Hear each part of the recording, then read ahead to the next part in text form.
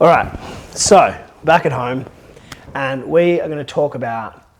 We've just been camping in an H16, which is a Cub hybrid camper trailer, or caravan, sorry, and a Cub C16, which is their flagship 16-foot caravan, full hard top.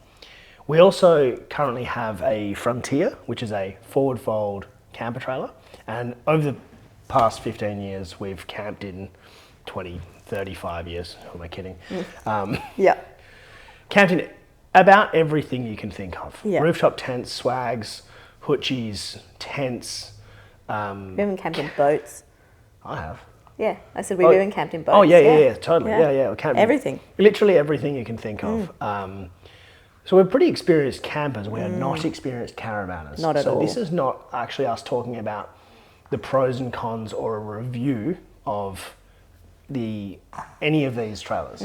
I think I'm pretty able to review the camper trailer, but I don't think I'm qualified enough, and I also don't think it's fair for me to be sitting here reviewing the H16 or the C16 or you, because we're sponsored by Cub, right? Yeah. So full disclosure, we're sponsored by Cub. This is not about Cub.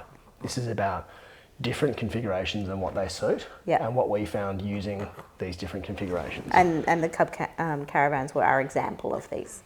Exactly. The hybrid and the caravan. Exactly. Yeah. The camper trailer. What do you think? Where do you think that sort of sits? Like, what kind of people do you think camper trailers suit? The camper trailer is a really good, it's such a comfortable place to be. Yeah. And it's a step up, but it's a big step up from a tent. Huge. Huge. You've got indoor living space. You've got a indoor bed. You've got cooking equipment and cooking space, all in the one unit that folds down pretty small, and is easy to tow, and is sort of capable on road and off road. Yeah, really easy to drive. Packing, it's easy because you've got so much more room. You can just chuck stuff on top of it.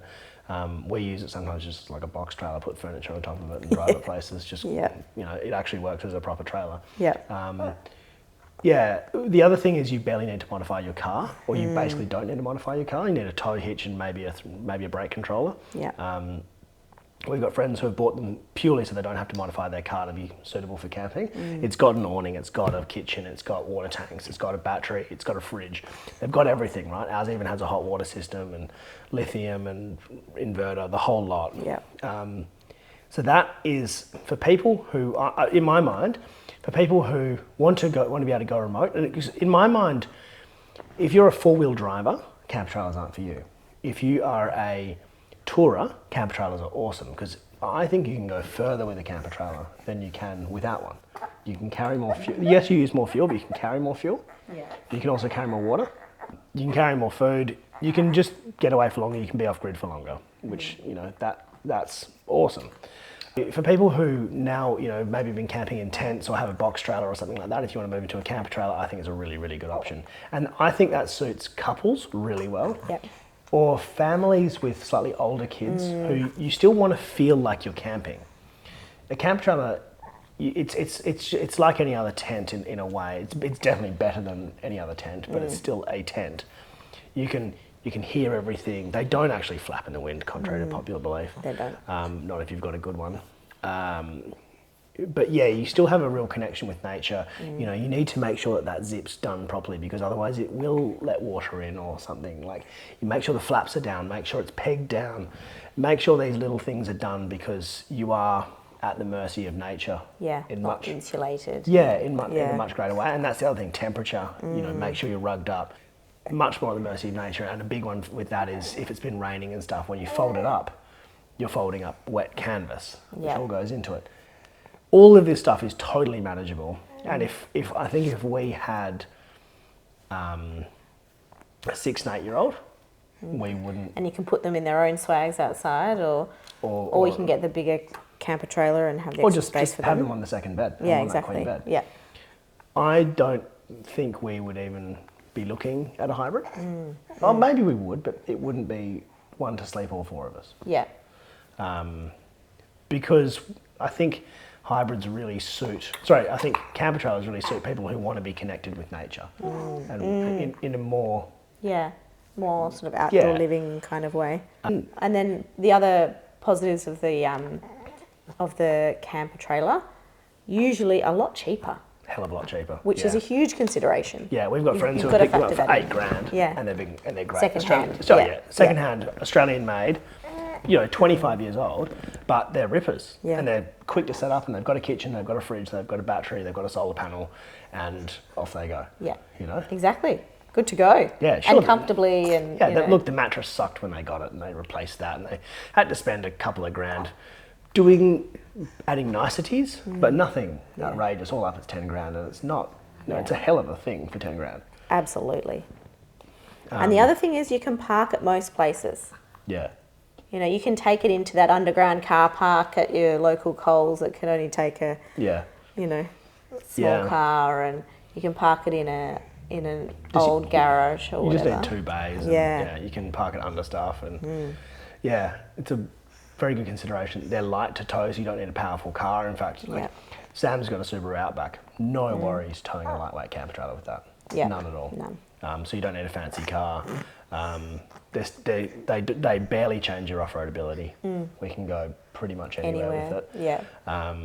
Easier to get through tight corners and stuff like that. You can kind of move them by hand pretty well a lot of the time. A lot of considerations there that make it really good. Yeah, it's such an appealing option. Yeah. Next is hybrids. Now, we've just taken away a bloody good hybrid. I've been around a few hybrids. I've never taken them away myself, but I've been camping with people with hybrids. So, Matty from Explore, he had his Vision 14 foot. I've been away with friends who have a complete campsite, H16, which is a beautiful camper, but 125 grand plus extras. And we went away in the Cub H16, which is 80 grand plus extras. So the one we took away is probably about 90. And that was, fully decked, aircon, diesel heater, 300 amps of lithium, full roof of solar, the lot. It was very flash. It was. Big king bed. Very comfortable. It wasn't the configuration we would spec because we have 2 kids. Yeah. We would spec twin bunks, which just makes sense, right? You're not going to spec something with just one bed if you've got 4 people. 2 children. Yeah. And what we found out was the twin bunks actually give you more room underneath, just as a little side note. Now, who do you reckon hybrids suit? I think hybrids suit people like us, actually. We want to go out fairly remote places, remote and off-road. Yeah. Complicated tracks, we need a capable off-road vehicle. Yeah. And we still want the indoor space for the kids. Yeah. Whereas when the kids are older, I don't want indoor space for them, bugging them. They can be outside. Yeah, but Not the indoor interested. space is definitely easier at this time in our life. We don't even really want the indoor space No, for us. it's for these guys. It's all about Yeah. little kids. Yeah. It's about little kids, and that's what really. And don't get me wrong, I'm waiting for the comments. Oh, we bloody went across Australia with nothing but a wet tea bag for a pillow and a hessian sack. Good on you. I'm talking about our deals here. So yeah, I think people who want the inside space. So, I think it's for people like us who aren't travelling Australia full time and have little kids. But I also think it suits older people really well. The middle part of your life, I think, is a start, and middle part of your life I see as real camper trailer territory. Yeah.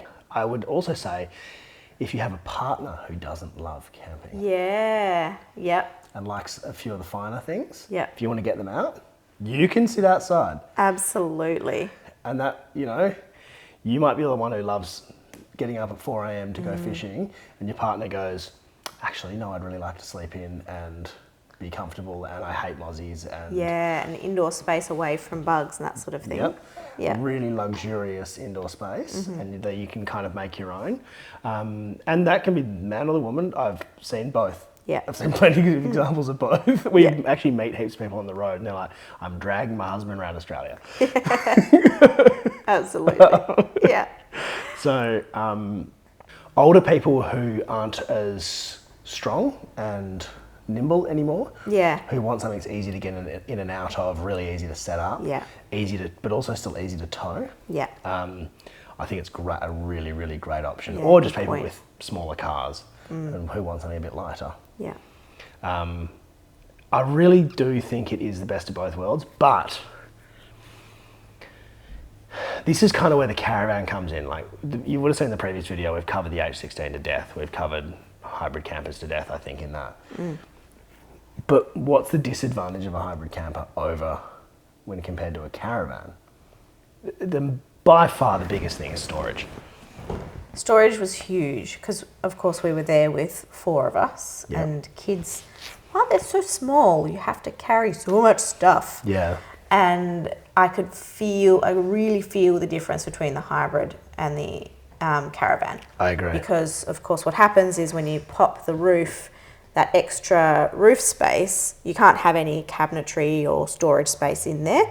Whereas in the Caravan, you have all of that real estate to use. So there's extra high-level There's a whole bathroom. There's a whole kitchen cabinets. There's bathroom cabinets. You can have above the bed cabinets, all that kind of stuff. That is so much real estate for storage. It's also the bigger nose cones. So the whole thing's a little bit longer. Yeah. It was really marked, and then also you've got bigger windows, so it feels bigger. It was quite a different thing. But then to tow and to carry around, it's another 300 kilos. Yeah. And it's more top heavy. And actually, interestingly, if you think about it, it's an extra 300 kilos empty, but if you've got all of that extra storage, if you filled up the Caravan versus filling up a hybrid, it's probably far more again. Yep, it is. Yeah. And then also you're storing stuff higher. And the whole thing is higher. That aircon is higher. But I mean, for centre of gravity. Yes. So all of a sudden, the wind you feel in an H16, you feel twice as much as in a full Caravan. So you're driving around in a yacht. Yeah, pretty much. So Caravans are, they're renowned for being harder to tow. They just are. So you can't go as far off-road. I mean, we not hit a tree, but like we felt the branches as we left the campsite that we just ducked under in the hybrid. And we didn't even register it. I didn't even register it. I just looked in the rear vision. I was like, oh my God, it's hitting a tree. Yeah. So, Much bigger unit. But if we were going around Australia, there's we wouldn't even give it a second thought. Yeah.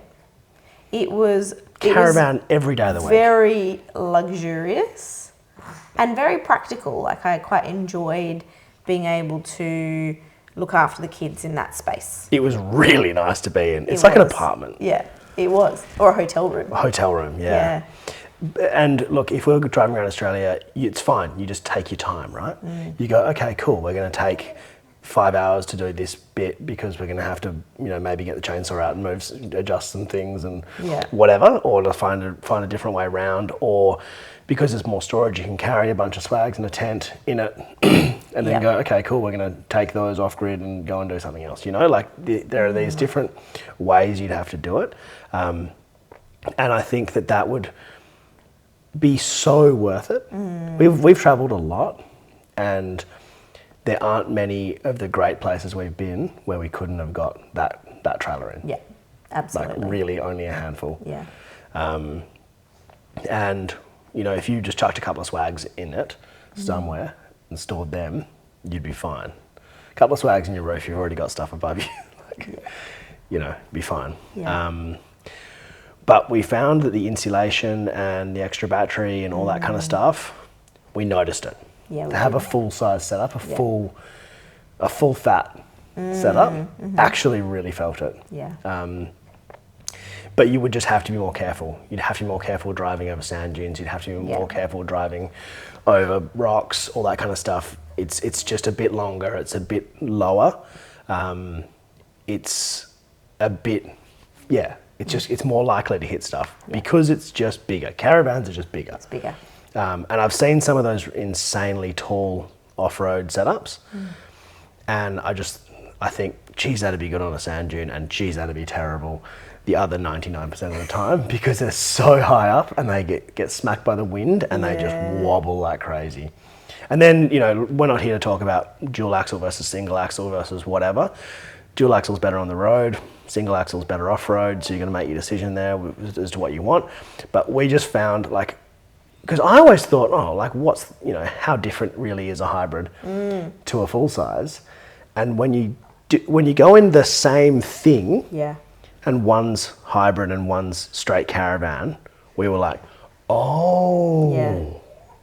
I get it. I could definitely really feel the difference, and you could feel that step between a camper trailer and a caravan. It really did feel like that hybrid, that mid step. It is definitely a middle step. Yeah. Like, and it's honestly like the percentage gain between a very good camper trailer like ours and a very good hybrid and a very good caravan, I think is the same. Yeah. Like 50%, 50%. I agree. And then that's reflected in the price. Yes. Caravans generally are more expensive. Yeah. So that caravan is 130 grand, but it comes with everything. You could spec it up to maybe 135 or something if you really wanted to go nuts, but with like an extra, that would bring up to 600 amps of lithium. I tell you what, we didn't want to get out of it. Like, Yeah. we were like, oh, It was nice. I could make myself comfortable here for a long time. Yeah. A really long time. Definitely. It was, you could really feel it. Yeah. Yeah. I also think that just in general, if you stay in van parks, vans make so much sense. All the plumbing's all set up for them, all the electrics are set up for them. They are designed to go in van parks, so I do get that. They can roll in, it's all done. Yeah, but using something off-grid like we've just been using, and because it's what we're used to with the camper trailer, it's very cool because it feels like you've got the convenience of a van park without all the people and junk, and we're just sitting in a paddock, you know, doing all the same stuff completely stress-free because you know that solar is going to magically recharge it in the morning. Yeah. So anyway, those are our thoughts on hybrids, camper trailers and caravans. I hope you found that useful. We'll be back to regular programming next week with some cooking. Wild. I know, isn't that weird? Cheers. See you in the next one.